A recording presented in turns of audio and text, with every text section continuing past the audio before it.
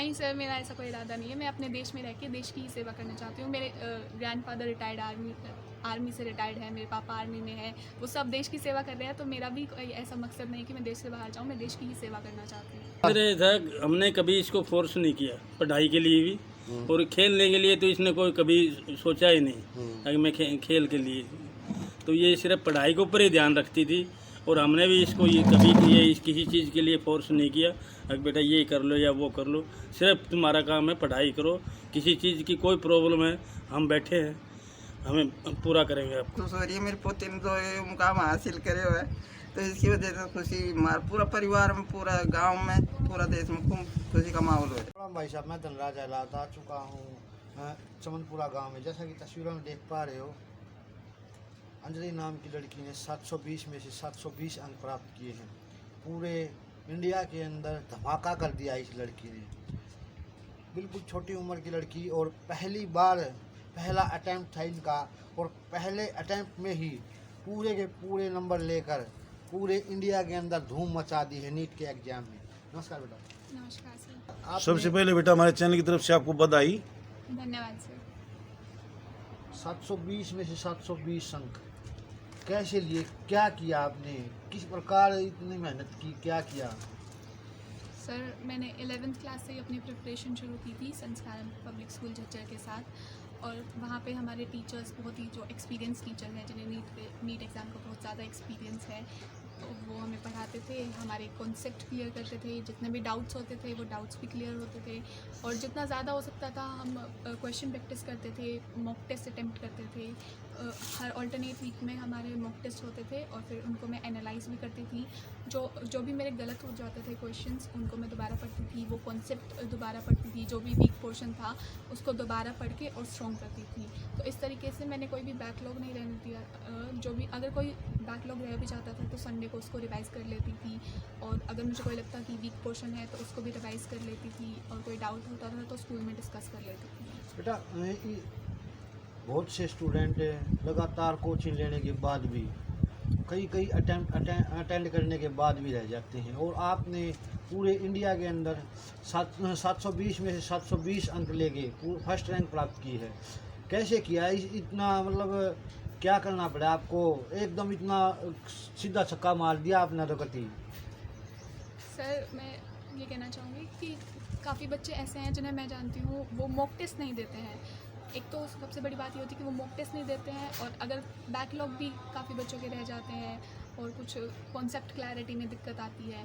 तो मैंने ये तीनों ही चीज़ें नहीं होने दी। कॉन्सेप्ट एकदम साथ ही साथ क्लियर किए थे, जितना ज़्यादा हो सकता था मैंने रिवीजन की थी, और मॉक टेस्ट जितने अटैम्प्ट कर सकती थी उतने ज़्यादा मॉक टेस्ट अटैम्प्ट किए थे।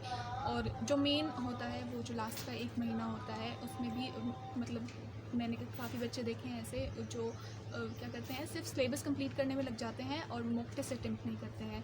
तो मैंने सिलेबस तो रिवाइज़ किया ही था 2-3 बार महीने में, और मैंने मॉक टेस्ट भी अटैम्प्ट किए थे। मेरा सिलेबस पूरा हुआ था या नहीं हुआ था उससे कोई मतलब नहीं था, मैंने मॉक टेस्ट ज़रूर अटैम्प्ट किए थे। तो कुछ 10-15 मॉक टेस्ट अटैम्प्ट किए होंगे मैंने लास्ट के 1 महीने में, और उनको एनालाइज़ किया था। और लास्ट के महीने में उस टाइम पे जो मेरा कोई अगर वीक कॉन्सेप्ट था कोई एक आधा, तो उसको मैंने रिवाइज़ किया था। इस तरीके से जो है वो जो 1 महीने की मेहनत है ना, वो 2 साल पे भारी पड़ रही थी। अगर उस 1 महीने में मैंने थोड़ी कम मेहनत की होती तो शायद इतने नंबर ना आ पाते। उसमें मैं अगर थोड़ी ढीली पड़ जाती तो ऐसा नहीं हो पाता। तो वो जो 1 महीना होता है लास्ट का, वो बहुत क्रूशियल होता है। और वो जो जितना भी पूरे साल आप तैयारी करते हो, चाहे फ्रेशर हो तो 2 साल, या फिर ड्रॉपर हो तो 1 साल, जितनी भी तैयारी की होती है, उस टाइम जो एक मेन कोशिश ये होनी चाहिए कि जो आपका जो भी कॉन्सेप्ट क्लियर नहीं हो पा रहा है ना, उसे तभी क्लियर कर लो। एक बार अपने टीचर से पूछो, क्वेश्चन प्रैक्टिस करो, फिर नहीं समझ आ रहा है तो टीचर से पूछो, क्वेश्चन प्रैक्टिस करो। क्वेश्चन प्रैक्टिस भी करना बहुत ज़रूरी है, क्योंकि सिर्फ अगर कॉन्सेप्ट क्लियर हो जाएगा और वो अप्लाई करना नहीं आएगा तो कोई फ़ायदा नहीं है। खासकर फिज़िक्स में कॉन्सेप्ट एप्लीकेशन कितना ज़रूरी है ये सब हम जानते हैं। तो मैंने क्या किया था कि कॉन्सेप्ट अपने साथ साथ क्लियर किए थे, और जितना ज़्यादा हो सकता था उतनी ज़्यादा क्वेश्चन प्रैक्टिस की थी और मॉक टेस्ट अटैम्प्ट किए थे। बेटा, क्या कभी ऐसा नहीं हुआ कि आपको क्वेश्चन नहीं आया और आप टीचर के पास से उसको लेके गए, आपको डर फील हुआ, या टीचर्स ने कह दिया फिर बताएंगे नहीं? क्या इस प्रकार की भी बात हुई कभी? नहीं सर, ऐसा कभी नहीं हुआ। अगर मुझे कोई डाउट आता था तो मैं अपने टीचर्स के पास जाती थी, तो वो अगर मुझे एक बार नहीं समझ आया तो मुझे दोबारा 3 बार 4 बार जितनी बार भी मैं पूछती थी वो बता देते थे। ऐसा कभी नहीं हुआ। और अगर क्वेश्चन पूछने में मैं हिचकिचाती तो इतने बढ़िया नंबर नहीं आते। जो बच्चा क्वेश्चन पूछने में हिचकिचाता है उनके मार्क्स कम रह जाते हैं। तो क्वेश्चन पूछने में तो किसी भी तरह की हिचकिचाहट नहीं करनी चाहिए। जितनी बार नहीं समझ आए उतनी बार पूछ लेना चाहिए। तो बेटा इसके लिए आप कितनी देर पढ़ते थे घर पर, स्कूल टाइम से अलग? स्कूल टाइम से अलग सर 5-6 घंटे हो जाते थे, क्योंकि हमारा स्कूल टाइमिंग भी ज़्यादा होता था। 4-5 बजे छुट्टी होती थी, मैं 5 बजे घर पहुंचती थी।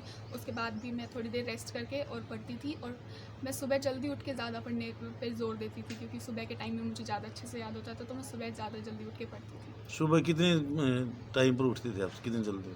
3:30 से 4 बजे के बीच में उठ जाती थी। 3:30 से 4। तो कितने बजे पढ़ते थे बेटा? फिर 6-7 बजे का हमारा स्कूल टाइमिंग होता था। तब तक मैं 2-3 घंटे की एक रिवीजन कर लेती थी। और रात को? रात को सर 11-12 बज जाते थे। 11-12 बज जाते थे। तो इस दौरान कभी घर का भी काम परिवार वालों ने, मम्मी पापा ने, दादा दादी ने घर के काम में भी मतलब उलझा रखे आपको कभी? नहीं सर, मेरी फैमिली ने मुझे पूरा सपोर्ट किया था, पूरा पढ़ने का टाइम दिया था। जितना ज़्यादा हो सके मैंने उतनी पढ़ाई की थी और कुछ किसी चीज़ में मेरा ध्यान नहीं था। फैमिली वालों ने मुझे पूरा सपोर्ट किया था, सिर्फ पढ़ने का ही टाइम दिया था। एग्जाम का प्रेशर किस प्रकार झेला आपने, किस प्रकार उस तनाव से मुक्ति पाई और एग्जाम क्लियर किया आपने?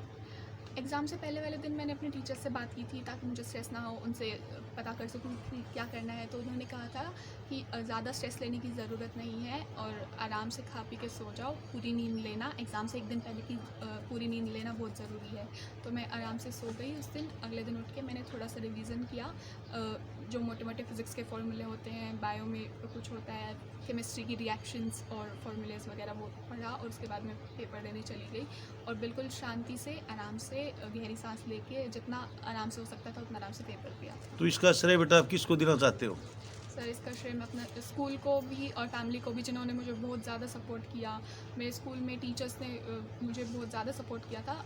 इनफैक्ट जब बोर्ड्स के बाद स्कूल ख़त्म हो गया था, मैं तब भी स्कूल जाती थी। मुझे कुछ डाउट होता था तो मैं तब भी वहाँ पूछ के आती थी, स्कूल जाती थी। फैमिली वालों ने भी मुझे बहुत सपोर्ट किया है और हमेशा मोटिवेट किया है, गाइड भी किया है। तो मैं अपनी फैमिली और स्कूल को सब इसका क्रेडिट देना चाहती हूँ। नमस्कार। क्या नाम है जी? ये कैप्टन उमराव से। उमराव जी, आपकी पोती है अंजलि जी? हाँ जी। कमाल कर दिया जी, कैसे हुआ ये? ये जी इसकी मेहनत है, उस मेहनत से कुछ हमारा सहयोग मिला, कुछ टीचर्स ने मेहनत की साथ, और इसकी अपनी खुद की मेहनत से। तो आपने कोई काम कुम भी करवाया कि ये नहीं? ना, हमने कोई काम नहीं करवाया। दादी बोलते भाई ये काम कर ले, वो काम कर ले, इसका कोई काम नहीं? हमारा ऐसा कोई काम नहीं, बस घर घर का ही काम है। हमने लड़की तो कदे वो नहीं करी स्पोर्ट या कि तू काम ही वो कर ले, मत कर। इसने सिर्फ अपनी पढ़ाई पे ध्यान दे रखा था, अपनी पढ़ाई तो मत करता इसने।